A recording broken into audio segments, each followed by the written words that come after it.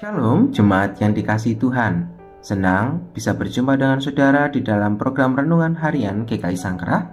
Tepat pada hari ini, hari Selasa, tanggal 22 April 2025.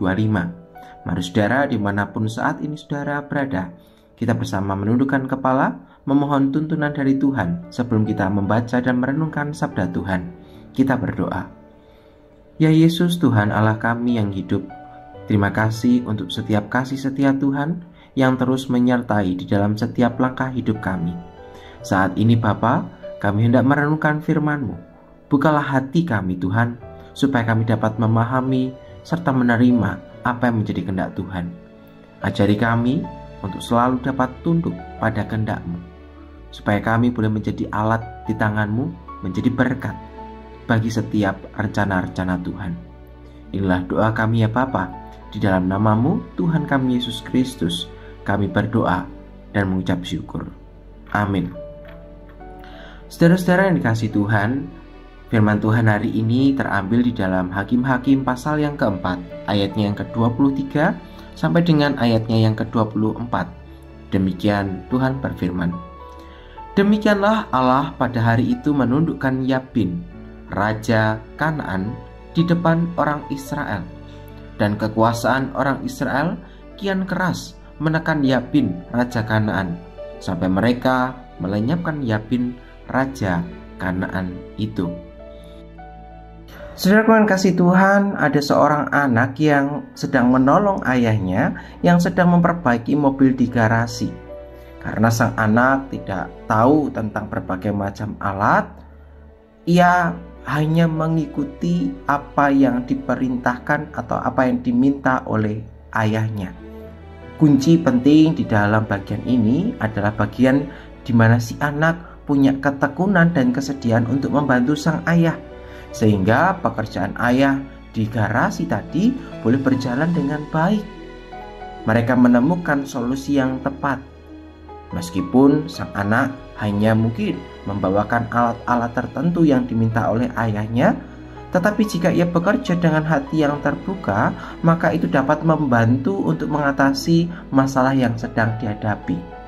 Nah, saudara-saudara yang kasih Tuhan, sama di dalam ilustrasi ini, Yael juga tidak memiliki pasukan yang besar atau senjata canggih untuk mengalahkan Sisera.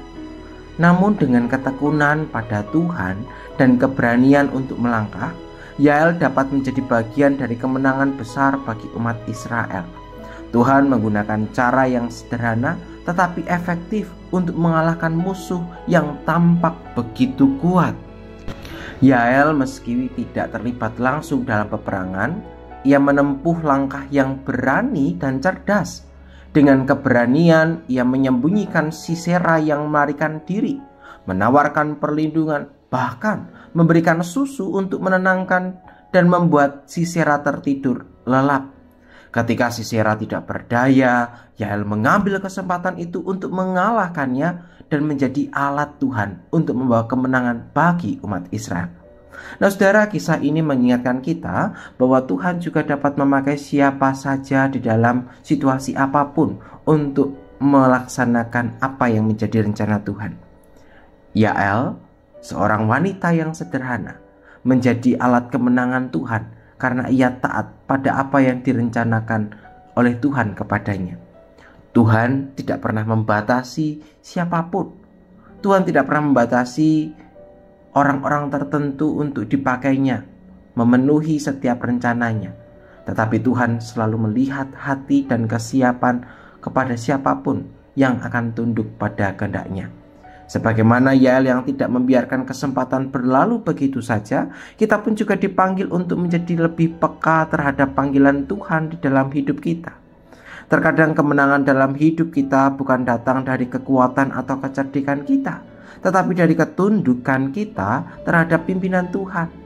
Yael mungkin tidak tahu bagaimana pertemuan ini akan berakhir, tetapi ia memilih untuk mengikuti langkah yang diberikan Tuhan kepadanya. Dan dalam hal itu, ia menjadi bagian dari kemenangan terbesar dari bangsa Israel. Nah, saudara-saudara yang kasih Tuhan, melalui firman ini, mari kita berefleksi bersama. Apakah kita sering merasa bahwa kita tidak memiliki kekuatan atau kemampuan yang cukup untuk menghadapi masalah hidup kita? Mungkin kita tahu bahwa persoalan-persoalan itu banyak dan membuat kita kesulitan. Namun ingatlah bahwa Tuhan tidak melihat kemampuan kita, tetapi Ia melihat kesediaan kita, kesediaan hidup kita, hati kita untuk dipakainya. Seperti Yael yang juga mengandalkan ketundukannya kepada Tuhan, kita juga dipanggil untuk membuka hati kita bagi Tuhan, agar Dia dapat memakai kita dalam setiap rencana-rencana Tuhan dengan cara yang luar biasa. Meski kita merasa biasa saja, Ia akan memakai kita. Kemenangan dalam hidup kita tidak selalu datang dari kekuatan kita sendiri, tetapi dari ketundukan kita pada setiap rencana Tuhan. Ketika kita memilih untuk mendengarkan dan mengikuti petunjuk-Nya, Tuhan akan membawa kita kepada kemenangan dengan cara yang mungkin tidak kita harapkan, tetapi pasti dengan cara terbaik menurut dengan kehendak Tuhan. Mari bersama kita akan menutup permenungan ini di dalam doa kembali kepada Bapa.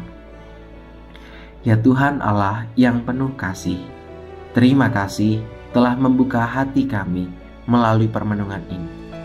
Kami pun bersyukur atas setiap cara-cara Tuhan yang tak terduga yang Tuhan berikan bagi setiap persoalan-persoalan hidup kami. Engkau menggunakan kami untuk menjadi berkat, bukan hanya bagi setiap hidup kami, tetapi juga bagi kehidupan orang lain. Bantu kami untuk selalu peka terhadap pimpinan Tuhan dan selalu siap tunduk pada kehendak Tuhan. Ya Bapa, jadikanlah kami alat yang setia di tangan-Mu untuk boleh menyelesaikan setiap rencana-rencana Tuhan dalam hidup kami. Inilah doa dan syukur kami ya Bapa, yang kami naikkan hanya di dalam satu nama, yakni Tuhan kami, Yesus Kristus. Kami berdoa dan mengucap syukur. Amin. Saudaraku yang kasih Tuhan, demikianlah permenungan kita hari ini. Selamat melanjutkan kehidupan bersama dengan Bapa.